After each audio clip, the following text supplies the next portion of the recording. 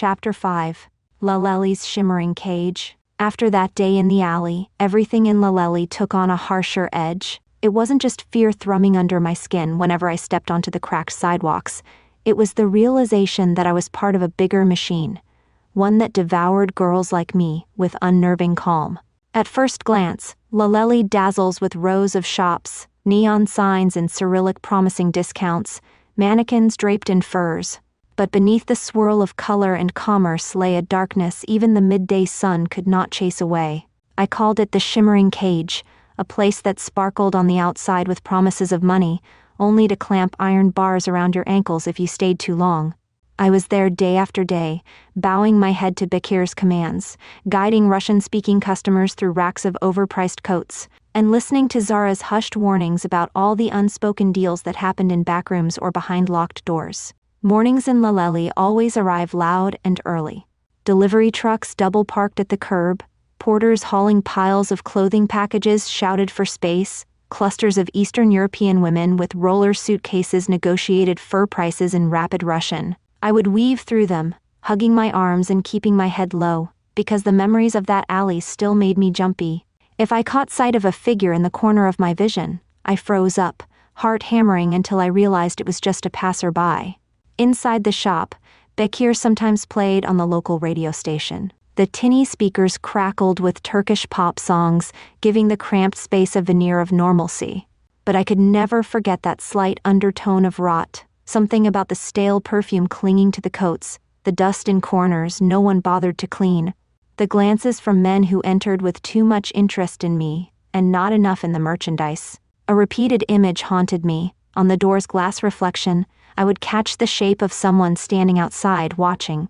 Sometimes it turned out to be a random shopper. Other times there was no one there at all. Maybe paranoia had replaced my common sense. But the feeling that I was being watched never really left. Zara became my closest thing to a friend. She was a puzzle, tough exterior, barbed humor, but with an undercurrent of compassion she tried to hide. She would brush off my questions about how she ended up working in Bekir's store, muttering something about needing quick cash. But if I pressed, she had cut me off. "Does it matter, Inna? We are all stuck here." Still, she watched my back. She would notice me flinch if a man brushed too close. She would intercept them, speaking in clipped Russian or Turkish, effectively blocking them from cornering me. She also gave me small tips on how to navigate Laleli without stumbling into another alley of doom. "Never go off with strangers, obviously," she said wryly, exhaling a swirl of cigarette smoke. "And if Bekir sends you somewhere, demand that I or another girl accompany you. Safety in numbers, you know." I did not have the nerve to demand anything from Bekir, but I appreciated her advice. She was the only person in Istanbul who seemed genuinely invested in my well-being, which is ironic, given we met in a place where girls get sold to the highest bidder. I started seeing the lure of Laleli's money game. Many of the Russian or Ukrainian women who flooded the district boasted about how they had doubled or tripled their cash by reselling items back home. They wore cheap, flashy jewelry and carried wads of currency stuffed into bras or waist pouches. Some bought fur coats in bulk, piling them onto pushcarts, bragging about the profit margin. "Look, Devushka," one woman told me, patting a thick stack of dollars. 2 weeks here, and I go home with more than I earn in 4 months at my office job. Her grin was feral, unstoppable. "You too could do this, buy low, sell high. Why just stand in the shop?" I wanted to laugh. She had no idea that behind the counter there were shadows far darker than just haggling for profit. We had the boss's side hustle. We had the subtle trafficking pipeline that swallowed naive girls. And we had the quiet, ever-watchful eyes that followed me whenever I left the store. I suspected these eyes belonged to men who worked for bigger players in the local scene. Maybe they recognized me as an easy target, or maybe they recognized that I was stepping into the territory of forced prostitution. I tried not to dwell on it too long, or I had never set foot outside again. There was a particular day I recall vividly. The sun was glaring, turning the street's asphalt into a mirage of wavy heat. I was standing near the entrance of Bekir's shop, scanning the crowd for potential customers. That is when I felt it. A slow, drilling stare from across the street. A man I had never seen before, tall, lean, wearing a dark coat despite the heat, was leaning against a lamppost, his gaze locked on me. I looked away, trying to appear unbothered. But each time I glanced back, he was there, unblinking. My stomach twisted with an echo of the alley terror. When Zara stepped beside me, I hissed, "Zara, that guy, he's staring." She peeked through the display window, brow furrowed. "Who the hell is that?" I shrugged, fighting the urge to shrink away. No clue. We waited, but eventually the man pushed off the lamppost and melted into the crowd. I did not see him again for the rest of the day. Yet the impression remained. I was a marked person. Maybe he was scoping out the store's potential for black market deals, or maybe it was me specifically he wanted. Whichever it was, I could not shake the image of his cold eyes, like he was memorizing my face. It is bizarre, but sometimes the monotony of regular work was a refuge from the bigger horrors swirling around me. Folding coats, greeting customers, explaining sizes or prices in Russian, these tasks were soothing in their repetition. I knew exactly how to present a polite demeanor, how to publicize up the product, how to feign excitement about a perfect fit. That fake enthusiasm was easier than grappling with the nightly drama at home. Because at home, the tension never let up. My mother's new bruises, the occasional yelling matches that ended in slammed doors, the older women's silent judgment, none of it abated. The man who owned my mother and, in many ways me, had grown more insistent that I consider other opportunities. He would hint at introductions to wealthy foreigners, telling my mother that I was wasting my potential just selling coats. Each time she would lower her head, lips trembling. I would catch her later, crying quietly but still unwilling to fight him. One afternoon, Bekir cornered me in the back room. He had a phone in hand, scrolling through messages. "There's a group of business Russians visiting Istanbul," he said, flicking his gaze up at me. "They might want a private shopping session tonight. I need you to stay late." I felt a lurch in my stomach. "Private shopping session?" He nodded, lips curling. "They pay for after-hours access, so no crowds. They will be expecting personal attention. Zara's busy with another client, so it is all you." My heart pounded, recalling Zara's warnings about men who demanded extra. I'm not comfortable being alone with them," I managed, voice tight. Bekir rolled his eyes. "They will pay triple the price on these coats if we treat them like VIPs. I just need you to help with translation and show them the merchandise. I will be in and out." I swallowed. "What if they—" He cut me off with a sneer.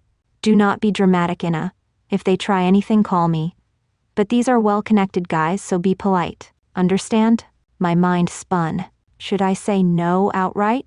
Then I remembered the man at home. How he might punish my mother if I lost this job. In a wave of defeat, I nodded, hating myself for it. Fine.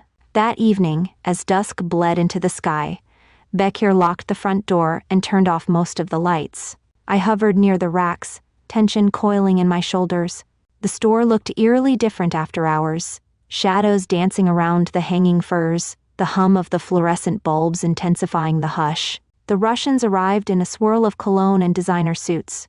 2 men, both middle-aged, wearing confident smirks that suggested they owned any room they walked into. "Dobry večer," I greeted them softly, forcing a polite smile. They nodded, eyes already roaming over the merchandise, and over me. Bekir appeared, making small talk in broken Russian, offering them glasses of tea. They declined tea, wanting something stronger. With a knowing shrug, Bekir retreated to fetch raki or whiskey, whatever he had stashed in the back. I was left to guide them through the coats. Their questions about size and material had a disinterested ring. They were more focused on me, or so it felt. One man, call him Sergei, kept asking about my background. "Where in Ukraine are you from? Why did you come here?" I gave curt, practiced answers, focused on the sale. He occasionally brushed his hand against mine as I passed him a coat, making my skin crawl. When they finally made their choices, 2 coats worth a small fortune, I dared to hope it was over, but Sergei slid a wad of bills toward Bekir, then tossed me a pointed look. "We'd like her to join us for a drink afterward," he said in Russian. My heart stuttered. Bekir eyed me, silent. The other man, Mikhail, maybe, grinned. "We're lonely travelers, need good company." In that moment, I felt the shimmering bars of Laleli's cage closing in. My voice shook as I said, I am sorry, I cannot, I have to go home.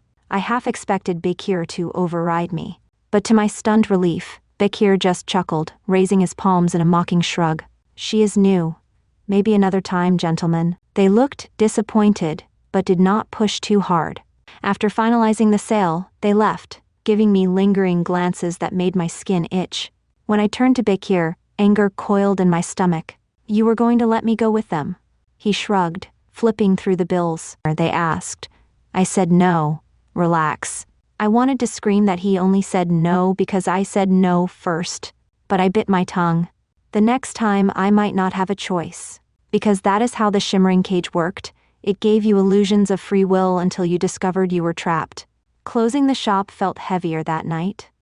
I stepped into the street and immediately checked my surroundings. The sidewalk lamps cast pools of sickly yellow light, and random stragglers hurried by. I did not see the tall man in the dark coat, but I felt eyes anyway, prickling my nape. I walked fast, clutching my purse to my chest, ignoring the catcalls from a group of men smoking near a corner cafe. I wanted to vanish into the concrete. By the time I reached the bus stop, my nerves were frayed, every honk or shout making me jump. On the ride home, I stared out the window, watching the city's neon signs blur.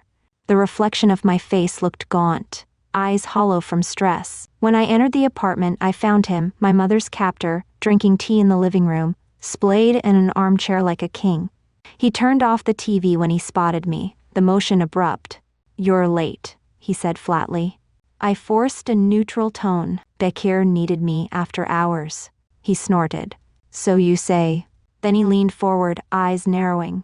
Zayevliet. You know, I talked to Bekir about new arrangements. He said you are turning down good money by not socializing with certain clients. My jaw tightened. So Bekir ratted me out. Those men wanted more than just a drink, I muttered, setting my bag down. I'm not going to. He cut me off, slamming a palm against the table. My mother, who hovered in the hallway, flinched. You'll do what's necessary, he growled. If I say so, understand? A frigid wave of fear lapped through me. My mother's voice shook. Let's not do this tonight, please. He glared at her, rising to his feet, fists clenched. Stay out of this, he barked. Then focusing on me, you keep rejecting clients, we stay broke. We never get out of this place. That is on you. Tremors rose in my legs. I wanted to fling curses at him, to pound my fists against his chest. Instead, I stood paralyzed by the threat in his eyes. My mother rushed to his side, murmuring comforting nonsense, tugging his arm to guide him away. After a tense moment, he relented, slumping back into the chair, muttering curses under his breath. I hurried to my room, heart hammering. I slid down the wall, hugging my knees, tears threatening to escape. The shimmering cage of Laleli extended right here into my home, forging an unholy alliance between Bekir and the man who thought I was a commodity. Sleep came only after hours of lying awake, tasting panic on my tongue. Days turned into weeks, and I found a strange routine in Laleli's chaos. Sometimes the store was bustling, sometimes nearly empty. Women in thick coats paraded in and out. Men with slicked-back hair offered sly propositions. A weird normalcy settled in, as if I had grown used to the city's devouring energy. But the illusions remained. The store seemed respectable, yet behind the scenes, a trade in human currency flickered. I was free to walk around, yet eyes followed me from corners, lamp posts, tinted car windows. My mother insisted we would soon have a better apartment, yet she flinched at every raised voice, her devotion to him twisted by bruises and pleas for mercy. One quiet afternoon, an older Ukrainian woman came in, probably in her 50s. She was gentle, speaking with a motherly tone. She tried on a fur coat, laughing about how it made her feel glamorous. I helped her, adjusting the sleeves. She gave me a warm smile. You remind me of my niece back home, she said in Russian. Such a sweet face. Are you doing all right here, dear? My throat tightened. No stranger had asked me that in ages. I mustered a small smile. I manage. She nodded as if understanding more than I let on. If you ever need someone to talk to, I'm around. She slipped me a phone number scribbled on a scrap of paper, winking. Then she purchased the coat and left. I stood there holding the note, tears threatening again. It took every ounce of control not to break down in front of Bekir. I kept the paper, but I never dared call. Eventually, the same 2 Russians who had insisted I join them for drinks returned. I felt my stomach knot. This time, Zara was present, so I was not alone. Sergei, the friendlier of the pair, turned his charm on me again. "Ah, devushka, good to see you. Ready for that drink?" I gave a non-committal shrug, focusing on the coats.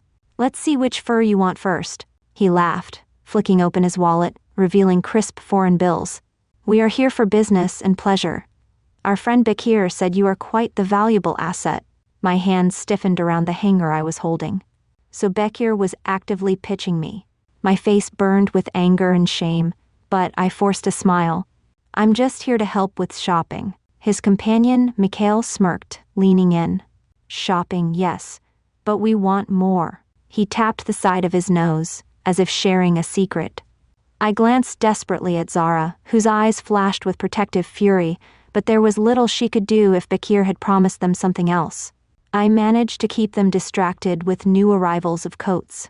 Meanwhile, I overheard their conversation about a possible arrangement.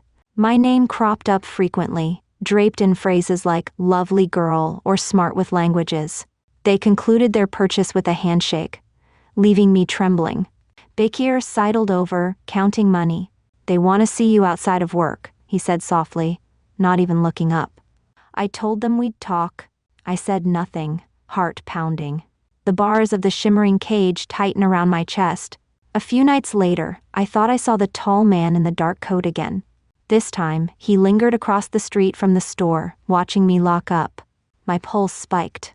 I practically ran to the bus stop, scanning behind me to ensure he was not following. But at one point, I saw a figure that might have been him vanish around a corner. No confrontation, just the sense that I was a pinned butterfly, studied from afar. Zara guessed it might be a local thug or a recruiter from another operation who saw potential in me. "They're always looking for fresh faces," she said bitterly. "Sometimes it's easier for them if the girl's already half broken by someone else." She did not sugarcoat it. This city was a marketplace, and we were the goods displayed on the shelves. At home, my mother's condition worsened. She lost weight, her face pale, her eyes ringed in permanent shadows. She tried to reassure me she was fine, but her trembling voice betrayed her fear. The man took out his frustrations on her if I refused any opportunities he mentioned. He used her body like a punching bag or a bargaining chip. Yet she still clung to him, convinced there was no other way. I watched her fade before me, heartbreak turning to a dull acceptance. Some nights she would stroke my hair in the dark and whisper, "I'm sorry." That was the worst, because it confirmed she knew exactly how deep this pit was and yet still believed we were stuck. Every so often he or Bekir would dangle a shining lie. "If you make enough money, you can rent a better place, live in Taksim, near all the pretty lights. Your mother will be safe." As if the city's neon glow was a cure for the brutality behind closed doors. But desperation makes people cling to illusions. I found myself half wondering if it could be true. If I just gave in, would we be free? Then I would remember the alley, the watchers, the men in suits drooling over my supposed value, and I would recoil. Slavery by any other name is still slavery. I would not say I accepted Lalali's shimmering cage, but I learned to live within it. I greeted customers with the same forced smile. I memorized how to spot real buyers versus time wasters. I avoided the men who hovered near the door, whispering lewd suggestions. Sometimes late at night I would stare at the reflection of the store sign in a puddle on the street, thinking, "This place pretends to be bright, but it is only reflecting the light overhead, it has none of its own." The eyes that followed me, whether it was that tall man or others, served as a constant reminder that I had no privacy, no real autonomy. My life was perched on a precarious edge and any misstep might send me into freefall. Yet part of me refused to fully break. A rebellious spark in my chest insisted that I was more than a commodity, even if no one else believed it.